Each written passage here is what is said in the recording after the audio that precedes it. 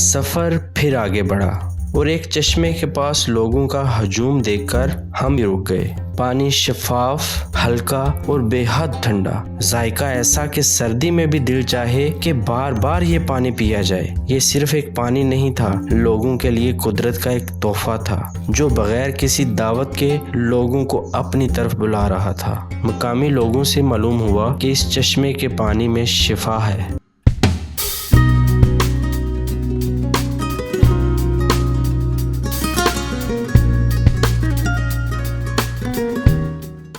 गाड़ी फिर चलने लगी, मंजर फिर बदलने लगे।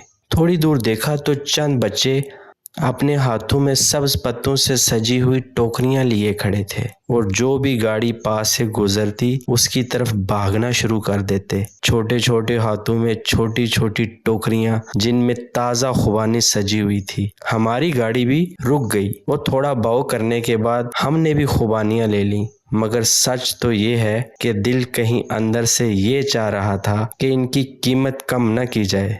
वो मुस्कुराते रहे और हम आगे चले गए।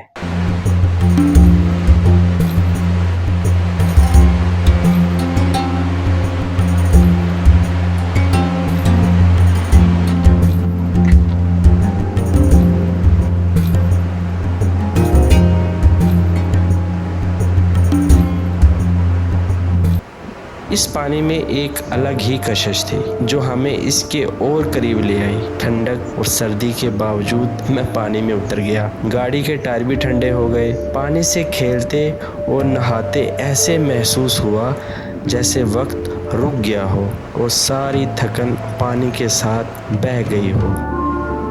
सब कुछ रुक सा गया था। शायद वक्त को जल्दी नहीं थी। वैसे भी पहाड़ों में वक्त शहरों की तेज जिंदगी से आहिस्ता चलता है।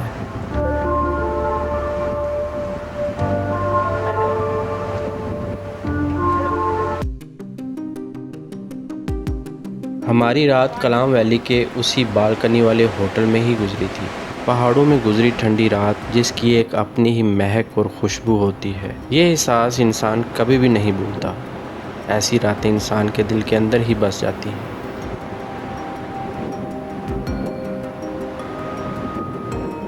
हवा में ठंडी ठंडी मटियाली सी खुशबू और दरिया का मसलसल शोर और सफ़र की थकन। पहाड़ों में ऐसी नींद आपको इनाम में मिलती है जो शहरों के नरम बिस्तर पर शायद कभी कभी नसीब होती है। इसीलिए सुबह देर तक सोते रहे।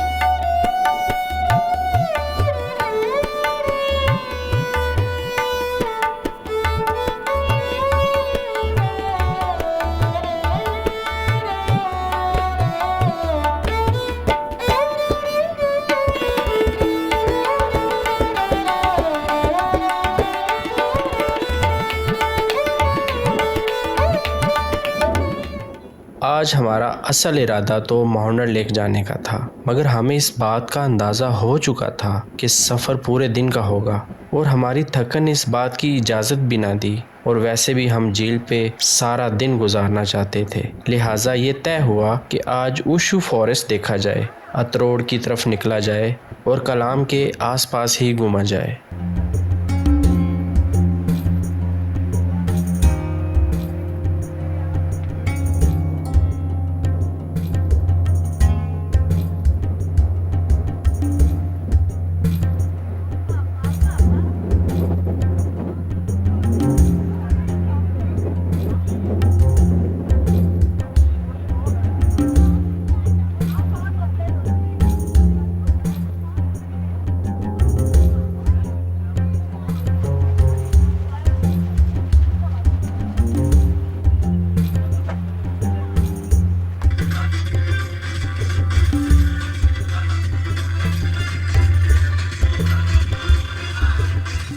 दोपहर हो चुकी थी जब हमारी गाड़ी हिचकोले खाती ऊशु फॉरेस्ट की तरफ बढ़ रही थी। कलाम से ऊशु का रास्ता ज्यादा नहीं था, मगर चलते हुए हर गुजरता हुआ मंजर नया सा लग रहा था। हर मोड़ की अपनी ही एक कशिश थी। हमारी एक जानब बहता हुआ स्वात रिवर हमारे साथ था, कभी करीब और कभी दूर, और कभी सिर्फ पानी का शोर जो हर वक्त हमारे साथ रहता था। गाड़ी में मौसीकी का दौर भी चल रहा था, कभी पुराने गाने और कभी पर्शियन सॉन्ग्स, और कभी कभी हम मौसीकी बंद कर देते सिर्फ इसलिए कि दरिया का शोर सुन सकें। शायद वो कुछ कहना चाह रहा था।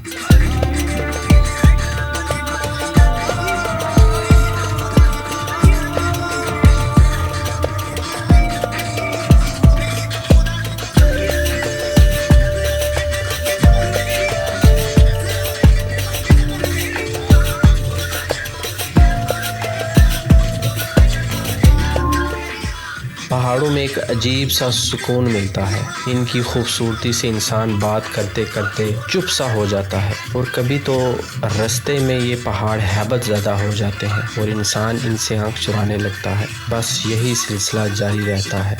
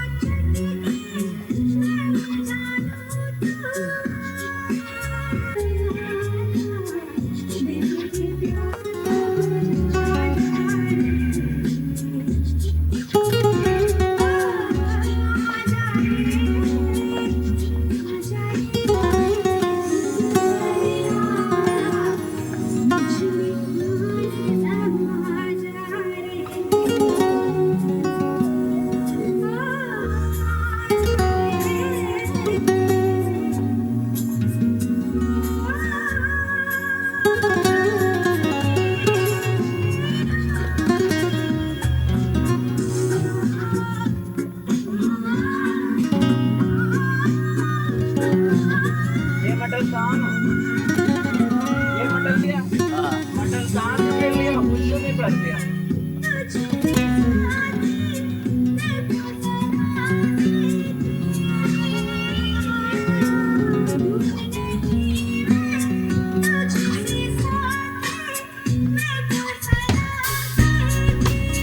बाटे बाटे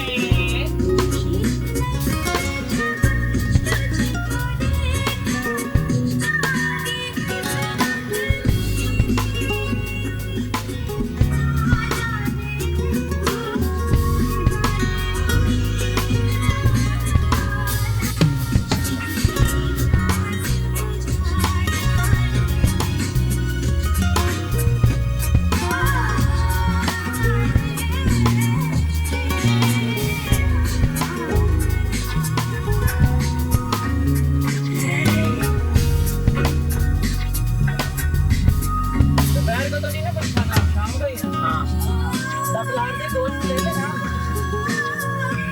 आप कौन सी बना रहे हैं? व्यूज ले रहे, व्यू है जो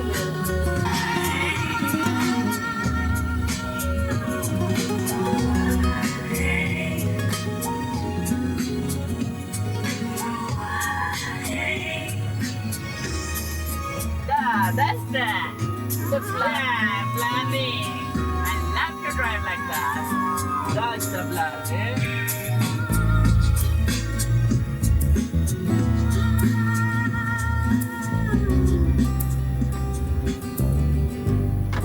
ब्यूटीफुल सी।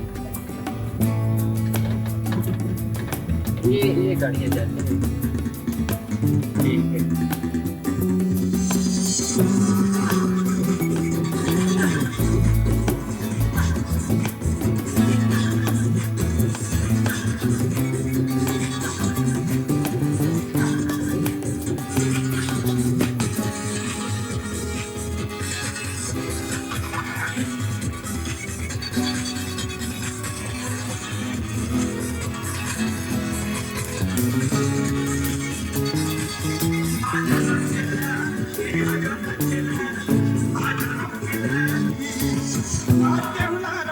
हम ओशो की तरफ बढ़ रहे थे।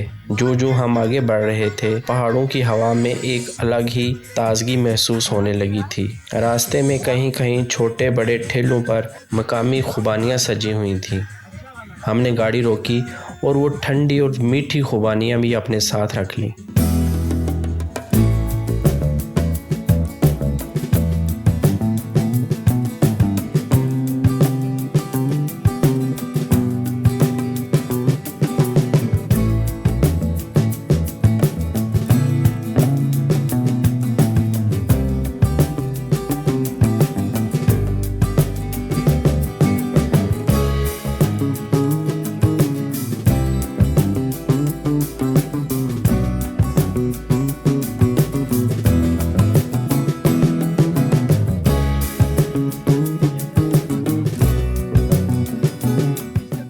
कुछ दुकानदारों ने खूबसूरत तरीके से कोल्ड ड्रिंक्स और खाने पीने की दूसरी चीज़ें ग्लेशियर के ठंडे पानी में सजा रखी थीं। देखने में माहौल काफ़ी रंग बिरंगा सा लग रहा था।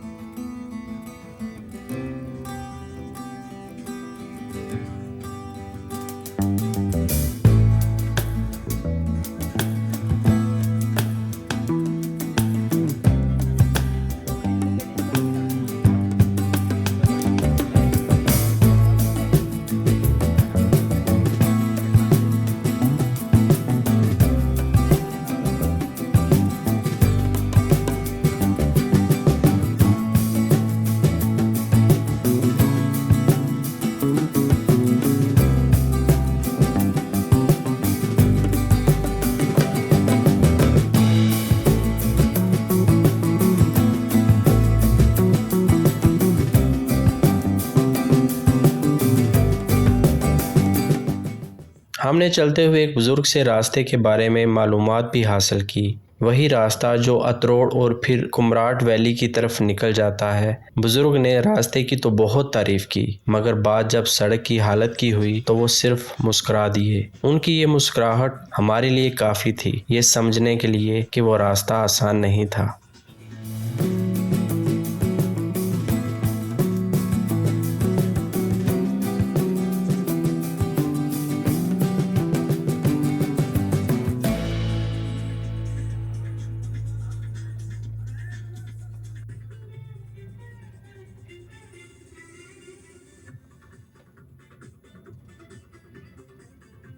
रास्ते में एक जगह मस्जिद ज़ेरे तमीर नजर आई। हमने गाड़ी रोकी। इतने में एक लड़का हमारी तरफ आया जो आते जाते मुसाफिरों से मस्जिद के लिए चंदा इकट्ठा कर रहा था। ये लम्हा हमारे नसीब में ही लिखा था और हमने भी अपनी औकात के मुताबिक मस्जिद की तामीर में अपना छोटा सा हिस्सा शामिल कर दिया। हमारे दिल से और उस लड़के के मुंह से ये दुआ निकली कि अल्लाह कबूल करे।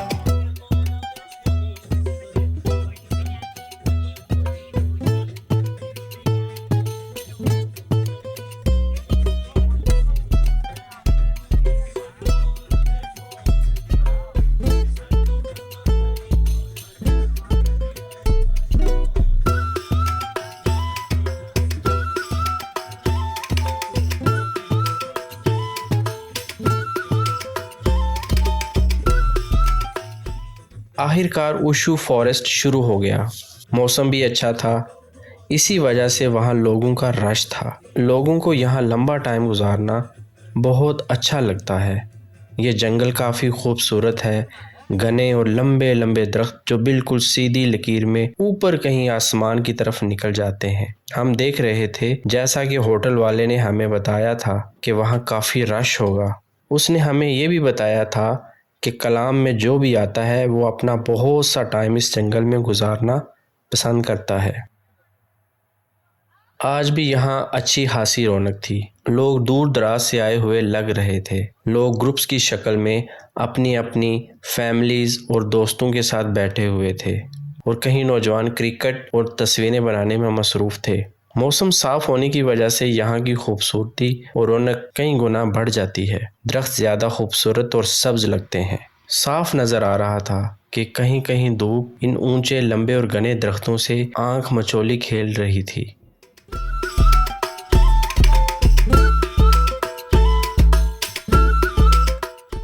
इसी उशू फॉरेस्ट के अंदर से एक रास्ता अतरोड वैली की तरफ निकल जाता है और फिर बडगोई पास से होता हुआ कुमराट वैली से जा मिलता है। ये सारा रास्ता एक अपनी अलग ही पहचान रखता है। एडवेंचर लवर इस रोड को मुश्किल मगर एक खूबसूरत ऑफ रोड एडवेंचर का नाम देते हैं। इसीलिए ये रास्ता तमाम गाड़ियों के लिए मुनासिब नहीं था, जो कि अभी भी इतना अरसा गुजरने के बावजूद नहीं है। इस रोड पर सिर्फ बाइक या 4 व्हील जीप ही ज़्यादा कारआमद होती है। इस जंगल से एक रास्ता सीधा माउंटेन लेक की तरफ निकल जाता है, जिसका हम पहले आपसे जिक्र कर चुके हैं, और हम इस झील का सफ़र भी करेंगे मगर आज नहीं।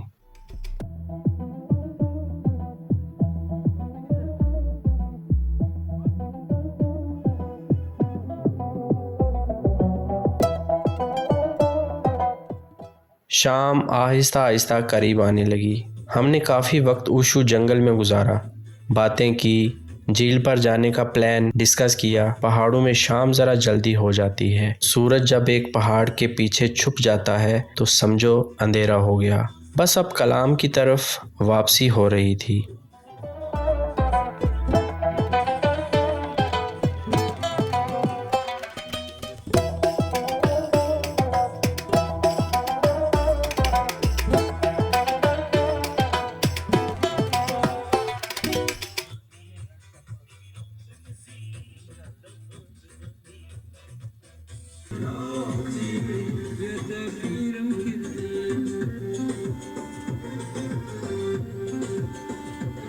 वापसी के रास्ते में स्वात रिवर पहले से ज़रा ज़्यादा खूबसूरत लग रहा था। शाम की रोशनी की वजह से इसका रंग अच्छा लग रहा था। हम एक जगह काफ़ी देर रुककर दरिया को देखते रहे। शाम के करीब पानी और ज़्यादा शिद्दत के साथ बह रहा था। पानी का शोर फिज़ा में गूंज रहा था।